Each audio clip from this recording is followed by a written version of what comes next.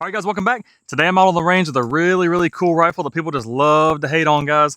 That's right, it's the Ruger Mini 30, chambered in 7.62x39. If you spent any length of time in the gun community whatsoever, there's no doubt you've heard this rifle is unreliable, inaccurate, and just all kinds of other things, guys. I hear people complain about it all the time. I can't tell you how many times I've heard it. Thought this would be a great time to put all that stuff to the test. I just picked this rifle up this week. It's brand new. I haven't fired a single round through it yet. All I have with me today are the two 20-round magazines the rifle comes with and a whole bunch of steel-cased ammo. That's all I brought with me. So we're going to put it to the test. Is the rifle really as bad as people say? Especially with steel-cased ammo, I hear this all the time. We're going to see if it's actually unreliable and if it's actually inaccurate. We'll put it on paper down here at about 45 yards as well. We're going to use the open sights the rifle comes with. It does come with a Picatinny rail and a set of scope rings, but I like the open sight setup here. We're going to be running it just as it comes. We're not going to help the rifle out whatsoever. We're going to see if that hate is justified. And if it is there anything we can do about it? So let's go ahead and load up a few shots, send them down range, and kind of get our first impressions here. Either way, the rifle is really nice, guys. If you like M1 Garands, this would be right up your alley. I really hope the rifle performs as good as it looks, because if that's the case, I think we'll be in for a real treat. Let's go ahead and send a few shots down range with the Ruger Mini 30 and 7.62x39. All right, guys, I got both my mags loaded up full of steel-cased ammo. I've got my eyes and ears on. Let's go ahead and see if we can make it through both of these magazines without any kind of issues. No cuts. We're going to keep it rolling. And if we have a problem, I'll let you know what it was. I'm going to go ahead and throw my other ear in right quick, and we'll see what we can do here. We're at about 40 or 45 yards. Let's go ahead and start with one magazine. Rock and lock that in there. And let's see if we can get through the whole thing without any problems, guys. Hopefully we can. Let's see.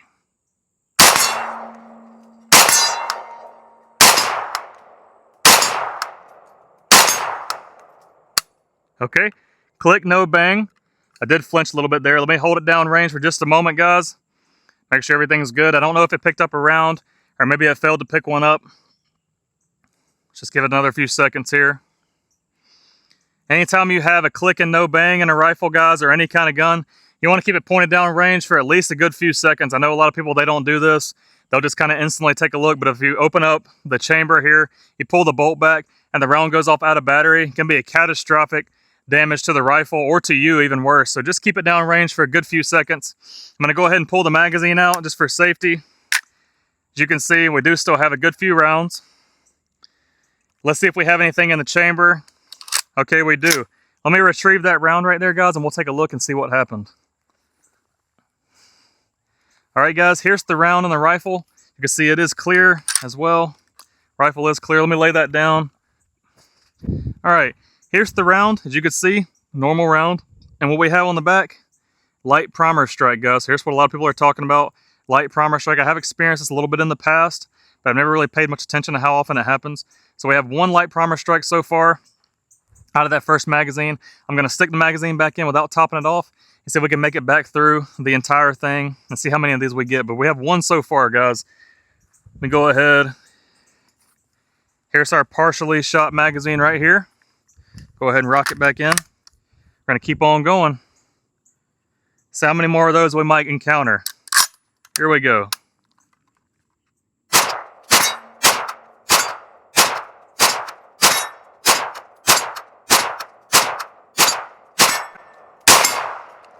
All right, guys, we are clear. As you can see here, I can tell you one thing's for sure. It may have a malfunction here and there, but the rifle is pretty darn accurate with open sights here at about 45 yards. I'm hitting those targets, no problem.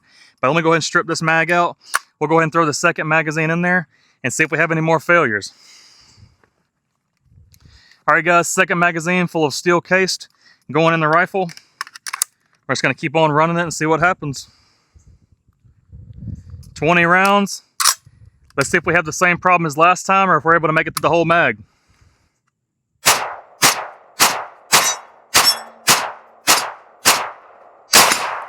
All right, guys, I could tell right there we had a failure. And this time, we just had a failure to pick up the next round. As you can see there, for some reason, I really don't know what happened there, but it just didn't strip the next round off, so we're gonna see if we can bump it up. Okay, round is chambered. Let's continue.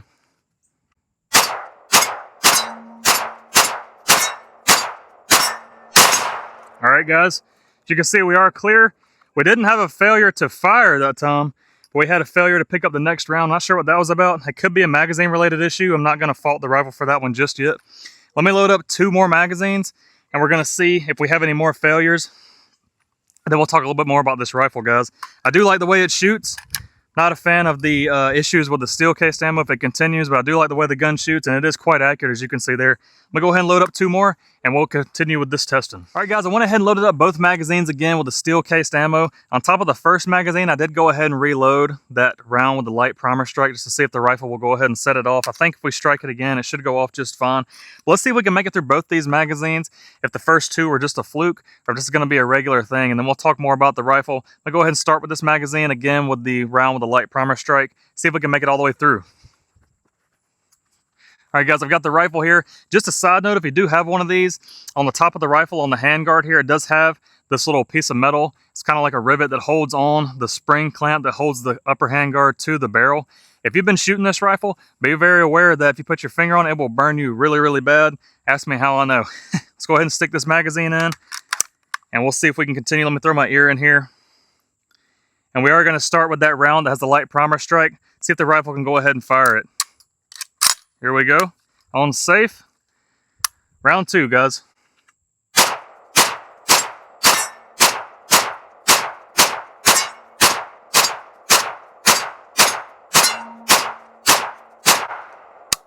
All right, click, no bang. I did flinch there. We hold it down range for another second here, guys, just to make sure we're good. Again, like I mentioned before, you definitely don't want to have a round go off out of battery. So if you have a click and no bang, just give it some time down range. I should have my ear in, but it's kind of hard to, I feel like I'm just talking to the air when I have the ear in. It's hard for me to understand what I'm saying. But hold it down range and just make sure you don't have any kind of issues. Like I said, you don't want the round going off out of battery, guys. We should be good now. Go ahead and pull the magazine out. We do have 2 rounds left, so it looks like we made it through 17 rounds. Assuming this round is in the chamber. There's another second or 2 here, and we'll open up the chamber and see what we have. We should be good. Let's go ahead. There is a round in the chamber. Let's see what it did. All right, guys, same as before. So we have another light primer strike there. Hopefully you're able to see that. Another light primer strike like before. So that's 2 light primer strikes. What we're gonna do is go ahead and stick the round back in the magazine. So that'll be 3 rounds there. We'll see if the rifle is able to strike it again and if it'll set it off. Go ahead and finish this magazine up. We got 3 rounds here. Here we go. Okay, click, no bang, another flinch. Hold it down range. Just give it a second here, guys.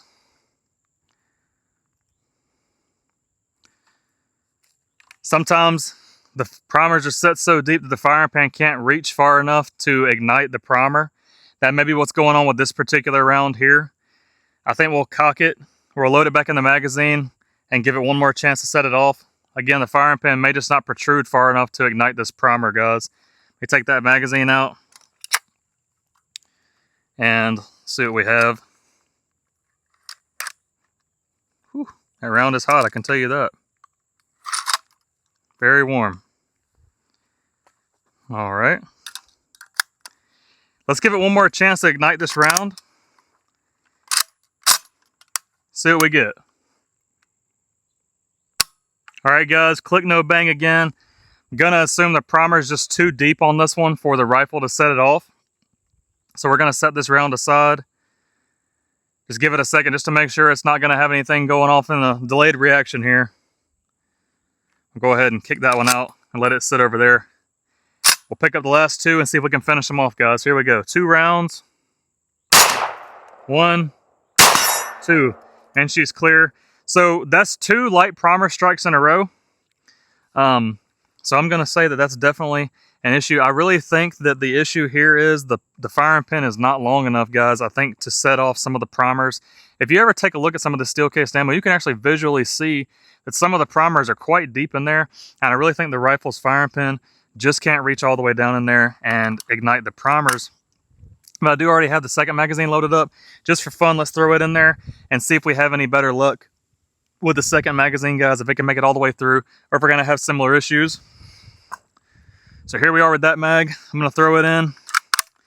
We're going to see if we have any more failures. I'm going to try not to flinch this time. It's really hard when you're sitting there firing a string of shots. You end up, it surprises you and you flinch. You know, I'm sure you guys know what I mean. But let's see if we can go ahead and chamber around. There we go. Throw my ear in there. And let's see if we can make it through these 20 rounds with no issues, guys. Rifle's getting really hot, I can tell you that. She is warm. Here we go.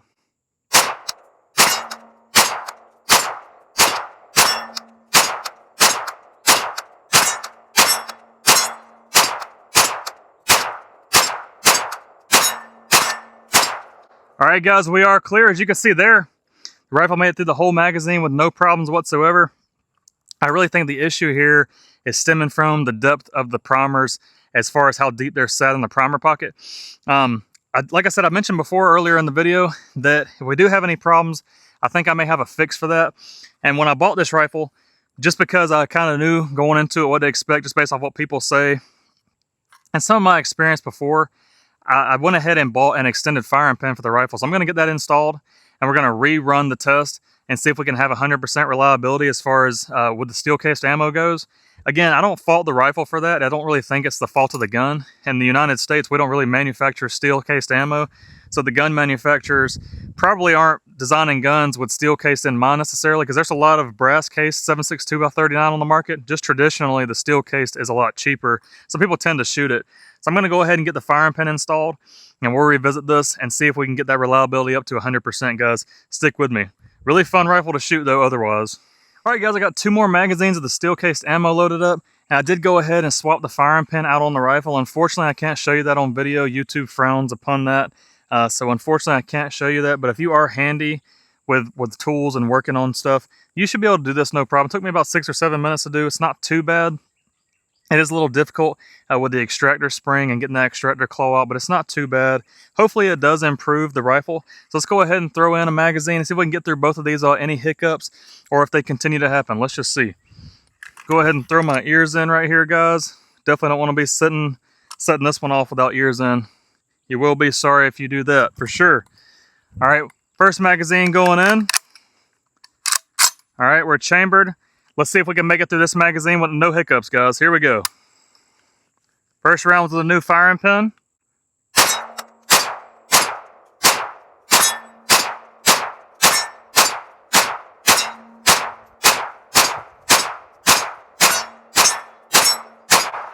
All right, guys, that's 1 magazine. Absolutely 0 issues, 100% success rate on that. One of my targets fell over, so I'm just kind of shooting the dirt in one spot, guys. But anyway, let me throw in the second magazine and see if that was just a fluke or if we can make it through both magazines with no issues. So far, that new firing pin is performing great. Second magazine, guys, and on top of this magazine, you'll notice that I did go ahead and put that last light primer struck round that we had on top of this magazine, just to see if this makes any difference or if that is just a dud round perhaps. Let's go ahead and send our second mag down range. Hopefully we can get 100% reliability on this one, guys. Here we go.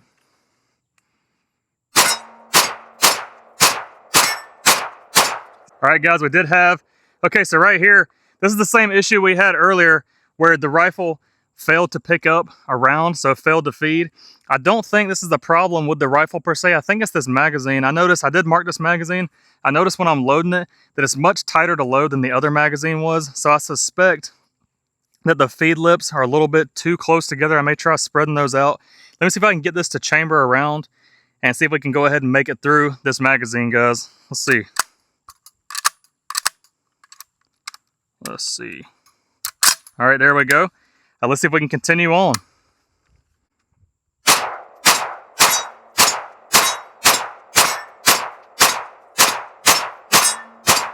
All right, guys, we are clear. As you can see there, 100% reliability as far as firing goes. We did have that one hiccup with this magazine, but like I said, I believe the lips here on the magazine are too close together. As when I go to load this one, it's much harder to force the rounds down than with that other magazine, so I'm probably going to try to spread those. But I think what we need to do now is put this thing on some paper and see if it's accurate or not. We do seem to have the reliability issue solved. We'll continue testing that when we do accuracy. But let's put it on paper and see how it shoots here at about 45 yards, and let's see if we can put that to rest as well, guys. Stay with me. All right, guys, I'm set over here at the table with the Ruger Mini 30. We're going to do a little accuracy test really quick. I've got 5 shots of the steel cased ammo loaded up. We're at about 45 yards by laser rangefinder. I've got a paper target down there. We're just going to see how the accuracy looks offhand shooting off this bag rather. We are just going to be using open sights, and at this range, the sights basically cover the whole target. But this should just give a general idea of the kind of accuracy you can expect from this rifle. Maybe in the future we'll put an optic on top. For today, we're just going to run the open sights and see how she performs, guys. So let me get chambered up. Let me throw my ear in, and we'll take a few shots and see how the rifle performs. Or if it's just inaccurate like everybody says. Here we go, guys. See what we can do. We're just going to take a center hold. Try to maintain that. One shot. Two. Uh-oh.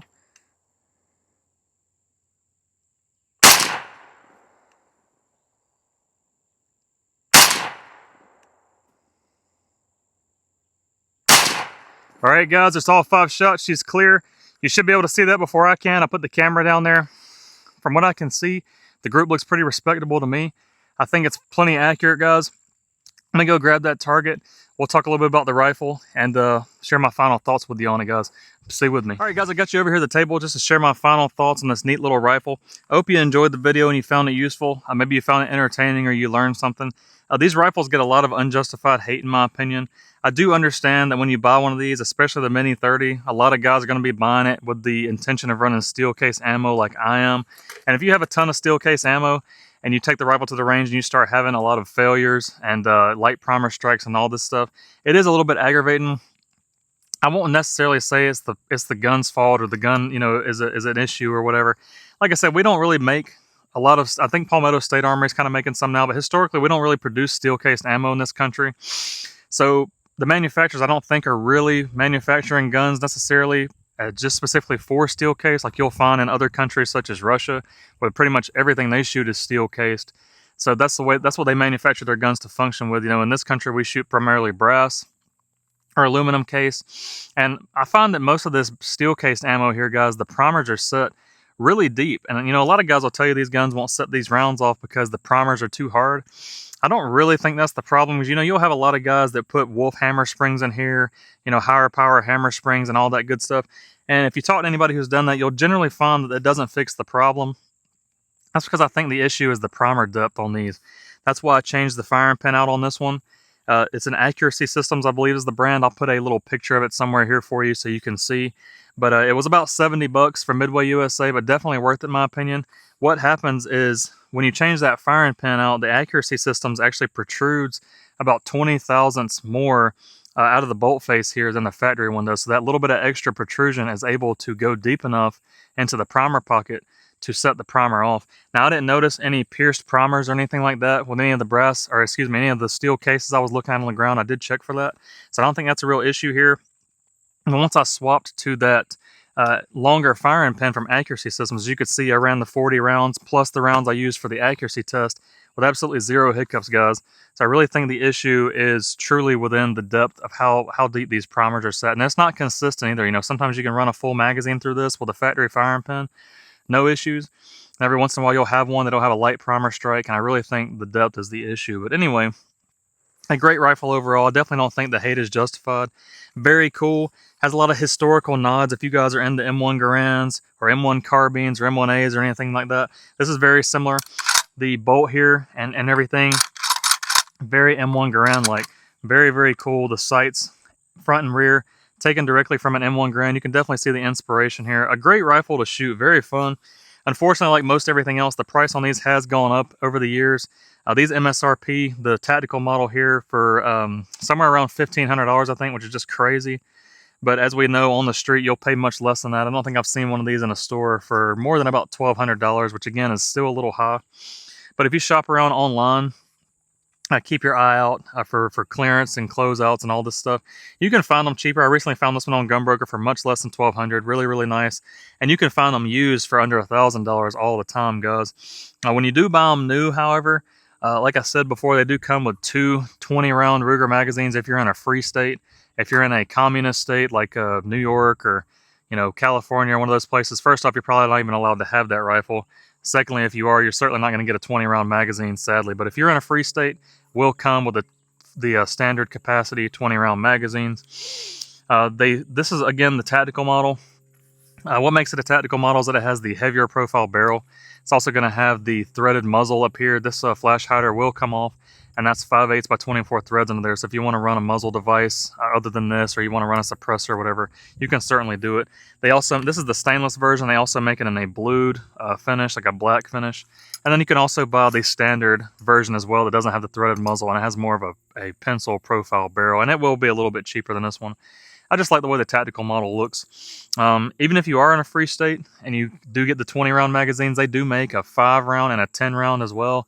So if you're trying to shoot, sometimes shooting off a bag like this, the magazine sticking down can kind of block you. So you can get 5 and 10 rounders, which is also a pretty cool thing. However, if you do buy one of these rifles, whether it be the Mini 30 or 14, I don't recommend buying the P-mags. I recommend sticking with the Ruger branded mags. The P-mags are very unreliable in my experience unless they've changed something.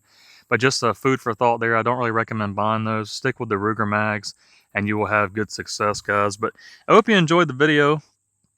I hope you found it helpful and useful, and I hope this shed some light on the rifle and helped you to see that it's not as bad as people say. It's not a bad rifle at all. Reliability-wise, we were able to correct that very easily. Like I said, it took me about 6 or 7 minutes to swap the firing pin. It was $70, but $70 well spent in my opinion. When you're spending the kind of money you're on these guns nowadays, you want to have them running good. And if you're planning on running steel cased ammo, I would recommend swapping to the longer firing pin, guys. And then talking about accuracy, again, all I shot today was steel case, nothing else. This is that target I shot 45 yards away. Here's the group compared to my hand. Very respectable in my opinion, especially with open sights. If we throw out the flyer, we have a sub 2-inch group right here, guys. Plenty good enough for taking hogs or deer. And if you put an optic on here and you ran some match grade ammo or even did some hand loading, you could tighten this up even more. And I wasn't even putting a lot of effort here. The rifle's plenty accurate. I really don't understand what people complain about the accuracy. It's plenty good enough in my opinion, guys. But anyway, hope you enjoyed the video. If you have any experience with this rifle or the Mini 14 or anything like that, let us know your experience down in the comments below. I'd really be curious to know what you guys think about this. Do you believe in all the hate for the rifle, or do you think it's unjustified like I do? Everybody has their opinion, and I totally respect yours. And we're all entitled to it. But let us know your experience down below. Check back in for the next video. Hope to see you on the next one. If you enjoyed this one, leave me a like and a comment and all that good stuff down below. You guys take it easy, and the next time you're in your local gun store or looking to add something to your collection, why not consider a Ruger Mini 30 or Mini 14? They're great rifles, guys. I really think you'll enjoy it, and I'll see you on the next one. Don't sleep on the Rugers, guys. Great rifles.